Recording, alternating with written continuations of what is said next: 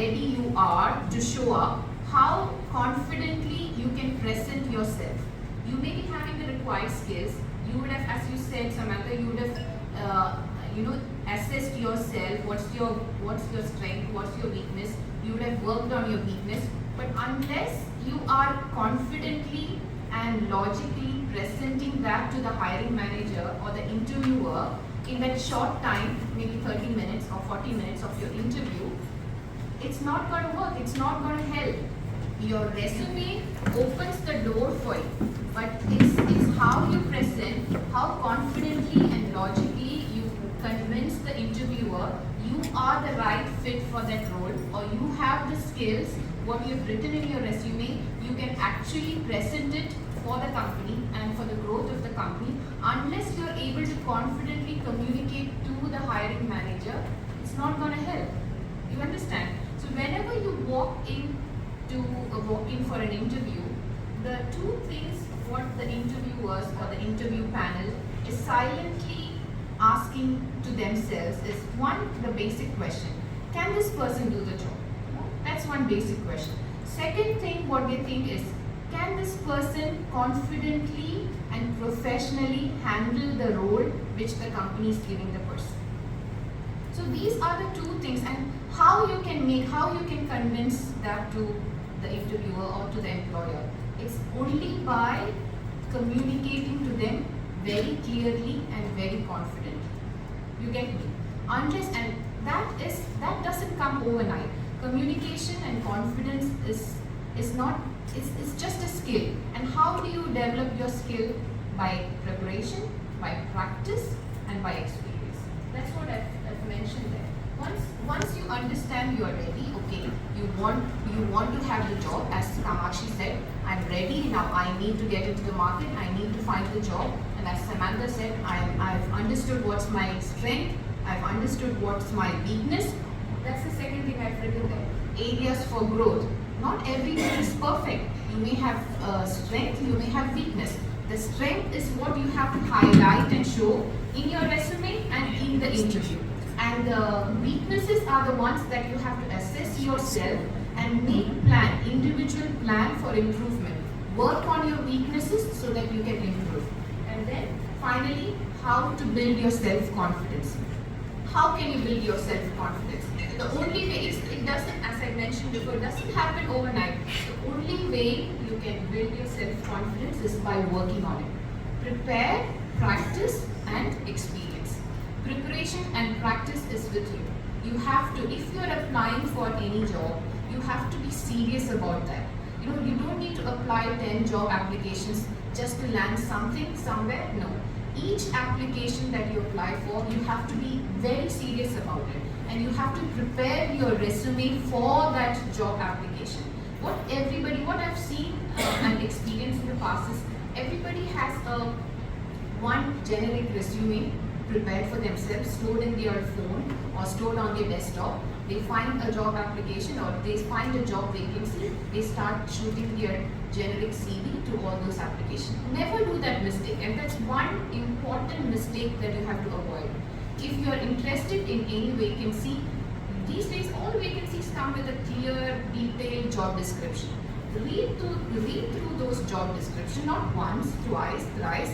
See what exactly that they are looking in the person they want to hire in that role. And then tailor make your CV. I wouldn't say CV, resume. Tailor make your resume to fit into that role. If I need to take an example, if you say finance, okay, you may be a finance degree holder, and there are so many positions within the finance department. It could be, accounts receivable, accounts payable, payroll specialist, credit controller, so many positions.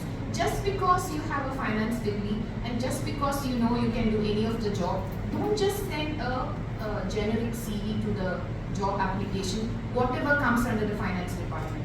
If it's a specific job, if they are looking for a credit controller, or if they are looking for an accounts receivable specialist, read what they are looking for. Read what is the roles and responsibilities and what they expect the person to do. Then go back to your resume, spend some time in rewriting your resume to fit into the role. That's what you call a tailor-made CV. It's basically you're stitching your CV to fit into that role. And that's very, very important. If you are serious about your job application, you got to start from that point where you sit down and write your resume. Because resume is most often the first impression of you. Before the company or the hiring manager know you or see you, it's the resume that lands on their system or on their desk.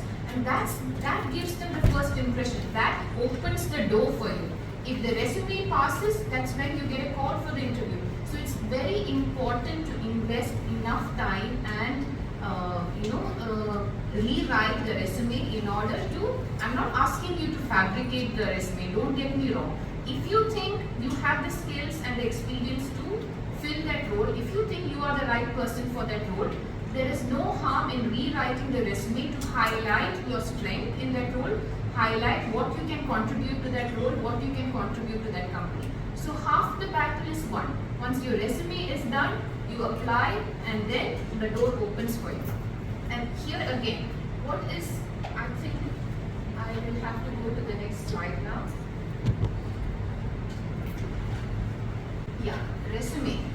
Before I use the word CV, this is a word that people usually use interchangeably, a resume and a CV. There's a lot of difference in these two words. CV is the short form for curriculum material. A CV is a document which is 4 or 5 pages. I've even seen CVs which is 10 pages long. That's not what you want. Nobody has the time to read a 4 or 5 pages CV these days. People are growing more and more impatient, not just in the personal life, in the professional life also. So nobody's it just goes into the recycle bin or to the trash if you have a very fluffy long document. That's exactly what is a CV. That's not what you want if you're serious about job hunt. What you want is a resume. And what's a resume? A maximum 2-page document which highlight your strength, which highlight your experience and your skills and education. 2-page is good enough to do that because you are making it tailor-made for that particular role. You're not applying for 10 jobs in one resume. You're applying for one job in one resume. So you just need to highlight what is relevant, what the company is looking, so that you get through to the next round. So what does a strong resume contain? It highlights your strength, as I told before. It's tailor-made to the job and it passes the 6-second scan. So what is a 6-second scan?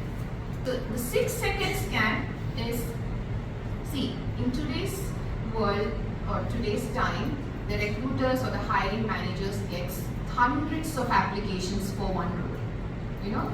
So when they get your CV, all they do, the research, it's not what I'm guessing or I'm just making up. The research and studies have shown and proven that a maximum of 6 to 8 seconds is what a recruiter or hiring manager takes to scan your resume. And in that 6 seconds or 6 to 8 seconds, they decide whether to move on to the next application or continue reading your CV and shortlisting your the resume or not. So it's important that your resume passes that 6-second scan. And how does it pass? What are the things that they look into the resume in the first 6 seconds? The structure, the layout. We don't want any cluttered or crowded CV with a lot of text or a lot of different colors. No. We want a clear, simple, effective resume. It should be having the same font from top to bottom, highlight the headings, show out your skills, education, experience in bullet points rather than paragraphs. All these makes a difference. Understand? And also, when you write your resume, proofread it. Proofread it multiple times so that there is no grammatical errors, there are no typo errors, because all these errors undermines your professionalism. So make sure you proofread it, you structure it properly, make sure it's not cluttered, make sure it highlights your skills and experience, and the most relevant experience of yours for that role, put it on top. Put it on top of the CV, which is the most relevant experience of yours to that particular job application, so that it catches the attention of the hiring manager.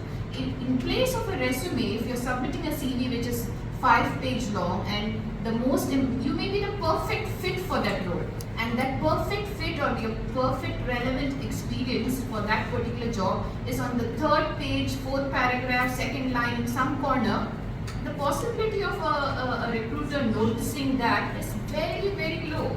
So what happens? Your chance of getting an interview call closes there. So CV is the resume is a very, very important part, plays a very important part in the career readiness, in your career journey. So it gives, just make sure resume works for you rather than against you. So please take time in making it as effective as possible.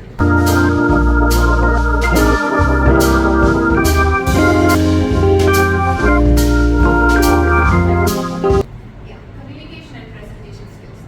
So when it comes to communication, I think there are 2 types of communication. I'm talking specifically with regards to the interview and career. Okay? We can break down communication into visual communication as well as vocal communication. Even before you are asked the first question in an interview, or you start answering the first question, your body has already started communicating to the interviewer or the interview panel. The moment you step into the boardroom where the interview is there or the interview panel is there, they start forming an impression of you. It says that in the first 5 seconds of seeing a candidate, the hiring manager or the interviewer has already started forming an impression about you. It's about how well presented you are, what is your body language, what is the attitude, how you have the outfit that you have chosen. I wouldn't say, you should pick up an expensive clothing, nothing like that. Just dress to the occasion. You have to be modest and professional when you pick up an outfit. You're not going for a party or you're not going to attend a festival. So be mindful of the outfit that you choose when you go to attend an interview. Secondly, that's how when you see a person walking in itself, they make an okay, he or she looks confident, he or she looks professional. From the body language, it speaks a lot. It speaks volumes, more than you can imagine. You wouldn't realize it because you're not seeing yourself. But the person sitting in front of you can make out or read a lot from that itself. If you smile and enter, it gives a different impression. They think, okay, he or she is a warm person, friendly person. There are many things that they can make out from your expression, from your body language, so be careful about it. Second thing is the vocal communication. That's when you start answering to the question, when the question answer session comes. There again, they will be assessing. They know that you have the skills and the experience because they have read your resume. That's the reason why you are there, you are called for the interview. Now what they want to know is how well your skills, how well you can present to them that you are skilled. How confidently you can tell them that you are the right person for the role. In everything, throughout this whole topic, confidence, preparation and practice are the 3 main things that you need to consider. If these 3 things you can work on, I get it, I understand it's not something that you can develop overnight, but over a period, if you are serious about it, you can definitely improve on these skills and crack any interview, no matter what. All you have to keep in mind is, don't think that somebody there is judging you. You have come there because you are qualified, you are skilled, you are competent, you have the qualifications. So you don't need to worry about what the interviewer or interviewing panel is going to judge about you. Nobody is sitting there to judge you. You just need to give your best. Whether they call you tomorrow or not, that's a different thing. That moment you have to own it. You wear your confidence and you wear your smile and just answer whatever they're asking you in a logical way. That's again another practice that you have to do. You may be knowing everything, but how to answer to the questions in a logical way. You can never prepare for an interview 100% because you don't know what they're going to ask. And any question they can shoot at you. When they ask you, how do you align your thoughts in a format or a structure that make you sound logical, that gives that story effectively as an answer to the interviewer. So one technique that I can give you to answer is called STAR technique. STAR technique stands for S stands for situation, T is task, A is action, and R is the result. So if you can align your answers using the STAR method, it will help you give a better story, a better answer, an effective answer to the question they asked. We will do a simple exercise or simple task here to give you a feeling of how STAR method can help. Again, you'll have to do a lot of practice, which you can do with your family, friends. They can shoot you any question. You can start working on having this STAR method process in your mind and try to fix your answers using that. It would definitely help you. But there was another thing when it comes to communication I wanted to do as an activity here. You know how you present yourself. Can you just turn to the person sitting next to you and sit straight, spine up, right posture. Whoever can have face the person sitting next to you. Yeah, sit straight, spine up, right posture. Give a smile and say hello. Yeah. Same thing. Just slouch your shoulders, avoid eye contact, and mumble hello. Yeah. Which one do you think felt better? First one. That's exactly how you need to face an interviewer. Okay? Sit straight. The right posture itself gives you confidence. Don't slouch your shoulders in front of an interviewer. Sit straight, chin up, smile, make eye contact, and greet the person, whether it's good morning or good evening or the good afternoon, whatever. That itself gives you a first, start which is favorable to you. Got it? It makes a lot of difference. And self-introduction. This is another task that I don't know if you're ready to do it now, but let's give it a try. Same thing. Turn to the person sitting next to you. You have 30 seconds. Just introduce yourself. Your name, something that you're interested in, your field of interest, and one strength that you bring with yourself. Just tell to the person next to you. Come on, 30 seconds. Nobody's judging you. It doesn't matter.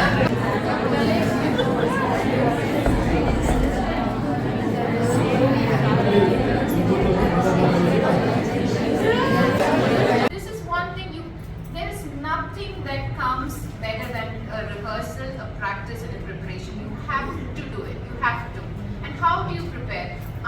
There could be people who are very confident public speakers, and they are very extrovert people. They don't have a problem. That's a different category. I'm talking about the people who knows that this is not their strength and they want to improve. Go stand in front of a mirror and introduce yourself loudly, not mumbling. If you think you're not comfortable in front of others, them listening to you, lock the door and stand in front of the mirror. Practice loudly as many times as you want. It may be 2 times, 5 times, 10 times, doesn't matter. Practice to the point that that uncomfortable feeling that you have when you ask to introduce in say in a professional setting or in a networking event. If you're called to self-introduce, if you feel nervous, you have to practice to the level or until that time that nervousness changes into confidence. That's when you tell that you're career ready.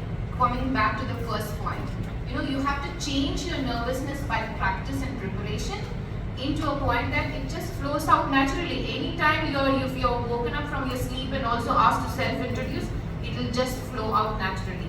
Prepare. This is something usually that takes out on as the first question in most of the interviews.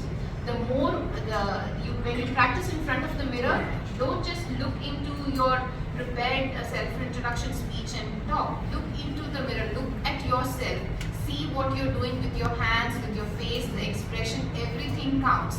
Another effective way on how you can improve your speech is by recording yourself. And if you take this seriously, it's a guaranteed result. You record yourself, your speech or your presentation or whatever, and when you're ready to listen to it, don't your phone. Don't just look into it. Keep the phone down. Don't look into the video. Just listen to the voice and hear how you have presented. Understand, make notes on what are the tone or the pitch or whatever you have said, the way you have said. If you're not happy about it, make a note of it so that you can improve in your next practice. Once you've listened to the audio, look into the video. This time, mute the audio and just look into the video and see how you have used your gestures, your hands, your eyes, your full facial expression. Just look into the video and make notes again. Some people have the tendency to use too much of hands, too much of facial expression when they talk. So you have to mute the audio so that you can focus on the gestures and the body language that you have used during that short self-introduction. And finally, what you can do is, you can get a transcript of your audio. From the recording, you can get a transcript. Transcript is nothing but the text of the speech that you have given. So if you can, take a printout of the transcript, take a highlighter and highlight all the ums and ahs and I think, all the filler words and the long pauses highlighted. Because in the transcript, it will fully capture it. Once you highlight that, it will help you. You will know yourself in the next practice session. I need to make sure I use lesser filler words. I need to use lesser long pauses so that the person who is listening to you gets a better feeling. Yeah, this is the reason why I told you, Sunisha, I need a recording of mine. Because it's always, you never stop learning in this process. This is something that every public speaker does. They still do. Every third or second public speaking they do. Even the world's most renowned public speakers, they still do it. They take a video of their speech, they go back and they analyze in these 3 ways. And it makes a huge difference. It's the time and the effort that you need to put into it. If you are really serious about improvement, this method will work wonders. You can try it, give it a try at least once, then you will see